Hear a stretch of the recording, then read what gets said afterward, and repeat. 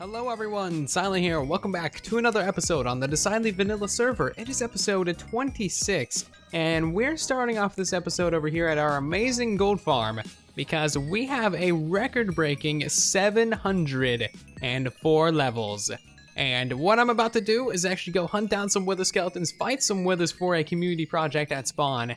And I just want to make sure that you guys know that I have had 700 levels at one point in my Minecraft career, because this has taken many hours of AFK. I hit 666 on Halloween, and yeah, I've been doing a little bit of AFK since then.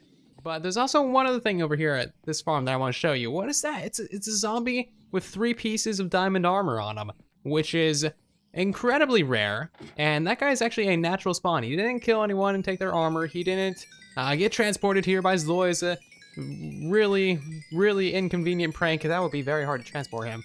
And he didn't kill me or anything. He naturally spawned with all that armor in this place where they're not ever supposed to naturally spawn. And wow, this is a lot of experience. So yeah, this guy is pretty amazing. I think he's like my 3rd ever diamond mob ever in all of my Minecraft career, which is pretty incredible. So we're gonna be transporting that guy down to our storage system, way down at the bottom of this thing. We can actually just go down there now. Don't need any more experience. Let's throw away that. And yeah, we're gonna be putting him somewhere down here so that he can guard this thing, make sure that no one else steals our gold. Speaking of which, how much do we have? A full thing there? And yeah, wow, we have a lot. Oh my god, that's completely full. Yeah, we have way too much gold. So it is now the next day, and I've done a lot of grinding at our little wither skeleton farm here, and I've actually gotten a fair few skulls. While we give stuff a little bit of time to spawn in there, we can check that out. Can I place that there? Where'd the shulker box go? Is it still there? Okay, good. If that got deleted, I would be so mad. There's 32 wither skulls in here, and 4 nether stars. This is about 3 hours worth of work minus these things. These stars are just for my personal stash, but now we have enough for 14 beacons. We just need to get 4 more heads, and then we'll have the 16 beacons required for the community project at spawn, or the community build at spawn, rather. Honestly, it works pretty well. It's just taking me a long time to get as many skulls as I need and want. So one thing that I want to do in the future is build a proper automatic farm with like flying machines and stuff that is, you know, fully automated. You basically just stand in one little area, all the wither skeletons get brought to you. That would be fantastic. But I do not know of any designs that will actually work in 1.13. So if you guys are aware of any good wither skeleton farms for 1.13, please do let me know down in the comment section with like a YouTube link or something like that. And there we go, 4 more skulls. That took quite a while, although to be fair, not all of the nether fortress around this thing is slabbed, and like none of the nether at all is slabbed either, so this area is extremely unconditioned. And that's mostly why I built up this farm where you go and despawn everything, because then you don't need to worry as much. But if we at least finish slabbing the fortress, that'll help a ton with the rates for this farm. We've slabbed a little bit over there, but this is a massive fortress. Anyway, something else that we did do is actually finish off this tunnel. So I wasn't aware that everything was so destroyed over here. There's a lot of flower pots missing, a lot of ghast explosion holes and stuff like that. So I just kind of came through here on a live stream, finished off this entire tunnel, which is like 700 blocks long. I don't know, it's crazy long. But yeah, we got this all finished up and nice and safe now. An interesting problem to have is more nether stars and more wither skulls than you have obsidian to even make the beacons. And now we just need to find a way to defeat 12 other withers. I'm thinking we'll do this in a somewhat cheeky way. I have no idea how much soul sand I'm gonna need. Not about to do that math on camera, so I'll just grab a bunch there. And what I'm thinking we'll do is we will head to the end dimension and actually fight some of these guys underneath the end portal.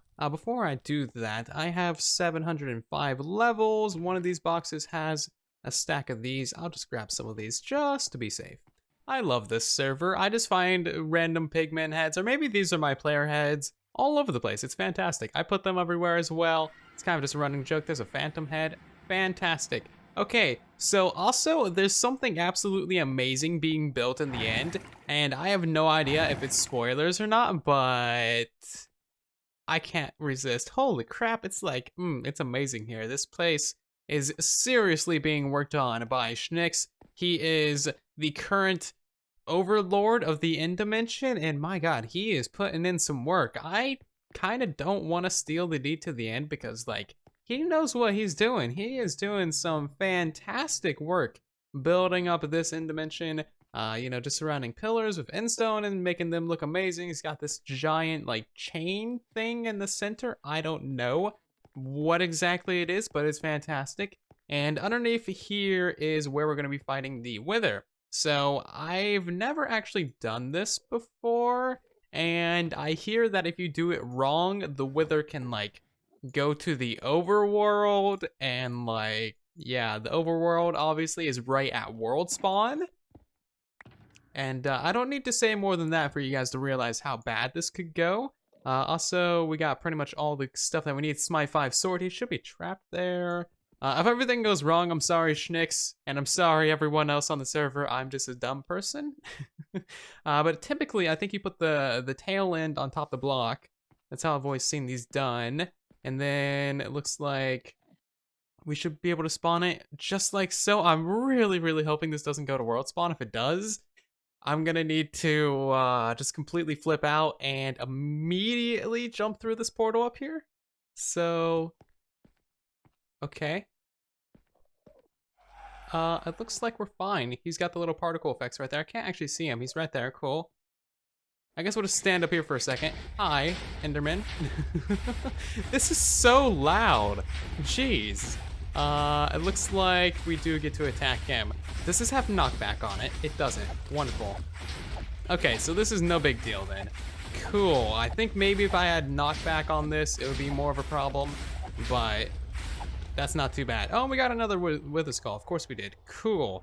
Well, that's not too bad. I will just do that for the rest of these Withers, and if anything goes catastrophically wrong, you know I'm gonna hit record. Just fighting the last Wither now, and so far, nothing has gone wrong. I'm actually quite proud of myself and also Minecraft for not being too broken. One thing I really am questioning about this is why the skulls that the Wither is shooting don't go through the portal, because they are an entity, right? Maybe his head is just so in the bedrock so that they can never get shot out, but that would be a potential concern to me. I don't think anything does happen. I think they just hit the bedrock, but maybe if you're super unlucky, a skull could go to the overworld. So let's grab out this box now, and we now have ourselves an extra 12 nether stars and an extra 4 beacons for world spawn. We also got these different mob head drops. These are part of our data packs. You can't actually use these to spawn a Wither or anything. They're purely decorational, which is cool. But while I'm here, I'm actually going to go ahead and maybe get a little bit of obsidian. So I need you all to do me a favor, and that is not tell Schnicks, the current overlord of the end, that I'm mining his obsidian. He currently has a ban on mining obsidian and endstone, so technically what I'm doing is totally illegal. This massive pillar right here is now 1 block thinner going all the way around, just so it doesn't look like I actually mined anything. And what I did at the bottom here is kind of just covered up the obsidian, like where it used to be. So sneaky, sneaky. Hopefully I don't get banned for these shenanigans. Probably not, but still, hopefully not. We actually got quite a bit of loot from this little end adventure. We haven't even like done any farming or like, it's been a weird day in the end. I've been here for like 2 hours already just mining obsidian. Anyway, it is now time that we go to World Spawn and do some projects over there. First thing we're doing here at World Spawn is stopping by the End is Nigh and just restocking the obsidian, and that we haven't restocked for ages. So this is 4 diamonds a stack, and this stuff usually flies off the shelf. I haven't restocked it all that much, but that just makes it all the more rare. And I guess while we're here, we can go ahead and just craft up the beacons. 12 beacons, I think that's probably the most I've ever crafted at once. Boom, not too shabby whatsoever. And I think I'll keep the rest of this obsidian just for myself. Maybe I'll throw 1 more stack in there, just kind of split it up, make it look nice and cool. But yeah, I think I'll keep the rest of this for myself for portals and whatever else I may need. But let's actually go check out our other shop, the Pirate's Cove. So I haven't actually been back to our black market since I finished it. I do know that Zloy was talking about opening up a shop here, but it doesn't quite look like he's done that yet. I wonder if we have any sales. Probably not. All the golden carrots, all the golden blocks, all the golden ingots, all the golden apples. Very fine. I guess it's not a great idea to make your shop that's brand new super hidden. I did put a cryptic message in Discord, but maybe it was a little bit too cryptic. And it doesn't look like anyone has stolen our fortunes yet. That's a good thing. Yeah, I kind of expected that to get stolen by now. But yeah, we might do a little bit more building here today. I'm not entirely sure, but we're gonna stop by the brand new post office that we got set up and install a few beacons. And here is the new post office on the server. Now it's not completely done yet, but it already looks really good. I like it. I just like everything about it. I cannot build like this well at all, but it just looks great. So let's grab ourselves a couple beacons, and I think we can kind of just pop out these blocks here, and I think it was these ones as well. Yeah, so there's the beacon like things back there. Maybe we'll just get 2 of these in place for demonstration. Boom, and put another one there. So there's a little bit of iron back there just to make it a tier 1 beacon. And basically what's gonna be happening with this post office system is whenever someone puts a piece of mail into your mailbox, that block up there is gonna get retracted and then your beacon is gonna get turned on. Now, something that's cool about this is that everyone on the server is gonna have their own beacons. I don't think, or like their own beacon and color that is, I don't think I have any glass. Dyes, junk, yeah, it doesn't look like I have any glass. That's something I should carry around on me. But yeah, so it's a pretty awesome little idea. So it works really well, it looks great. We can all claim ourselves a chest. Oh, and what's up with this? Is that a painting back there? That's a really clever way to hide the comparators, because on this side you can see the comparators. That's sneaky. It's only a 1x1 as well. That's a nice little bit of detail. I am a fan of that. But yeah, this is kind of what we got going on for the post office on the server. It's a really cool idea. I love it. And that is why we have all these beacons. So I'm gonna go ahead and install them all along this edge here. Maybe do several on each side, and then probably build up some bigger beacon bases as well. It doesn't look like the iron is gone all the way around, so I'll need to install that. And maybe put in a couple full tier beacons as well. That could be fun. Best part of the job right here.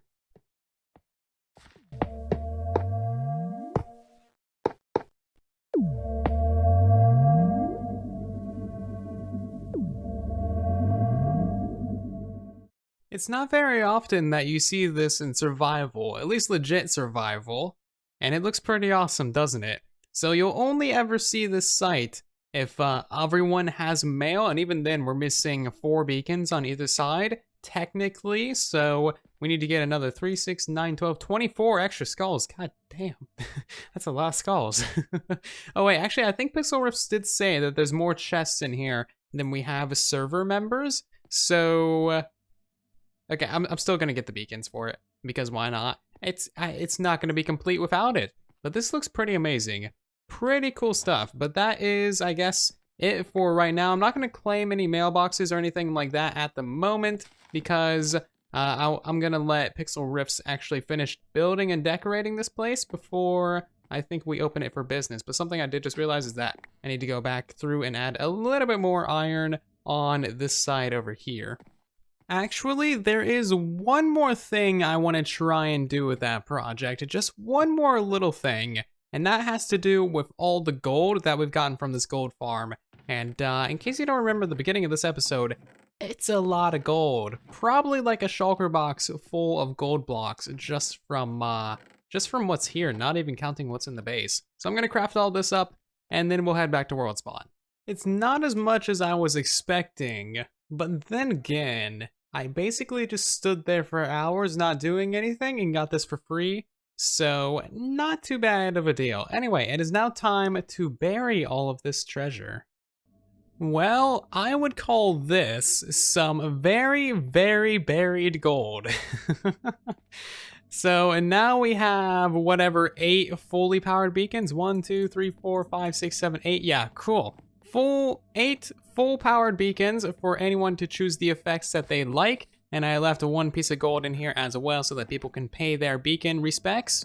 And that's pretty much all there is to it. And this is actually the only way that we could actually ever get these beacons to be fully powered. Well, not ever, but like, I have probably about 100 times more gold than I have iron, and there's no real actual iron farm on the server. We have a single village here at World Spawn, which is good because that's always loaded because it's in spawn chunks, but yeah, someone, probably me or someone, needs to build like a proper big old iron farm, and then we won't have to use gold. But that's cool, I like that. That's an amazing little beacon. So now that we got the foundation for this post office in place, we're actually gonna go ahead and get a build of our own. So somewhere in this beautiful building over here, Mythical Sausage has a little bit of a build request service, and I haven't really been up here before, but I think it's in this room right here, so we can check that out. Sausage Party Corp Build Company, lovely. And this place looks fantastic. I'm sold already. Take all my diamonds, please. So here it is. Build company rules and requests. Might as well just go ahead and read that real quick. So, welcome to Sausage Party Corp's build division. We are a one-stop shop for your every building need. Fill in the following details to better assist you. Name, build request, material preference, build style, location, coordinates. Alrighty, I will get back to you ASAP to coordinate the build. Sausage, the president and CEO. Oh, very fine. Very legit. So I went ahead and wrote up a little bit of a build request book for Mythical, and I literally wrote a book, which is kind of cool. You guys can read through that if you like. Not going to read through it because I've already read enough for one day. But there it is. You can just pause the video or whatever. So basically what I want to have built is an enchantment book shop where we can sell all the different enchantment books in Minecraft.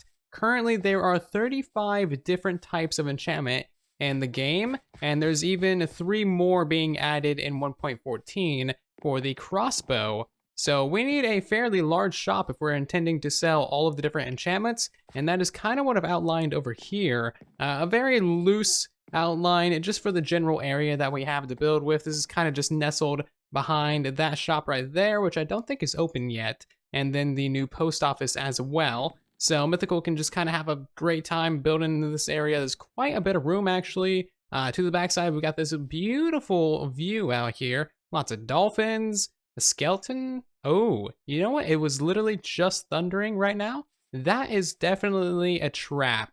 Also, is that some unupdated water right there? I'll go deal with that in a second. But the only thing I really told Mythical that we truly need is 35 spots for chests in the shop so that we can sell each and every different type of enchantment book, and then a little bit extra room for expansion in the future. Now, one thing that we don't actually have for this shop is stock, so we kind of need to go work on our villagers and just get all the different enchantment books as trades, and then by the time this is done, hopefully we'll have all the stock ready to go, and it'll be perfect. So about this skeleton horse.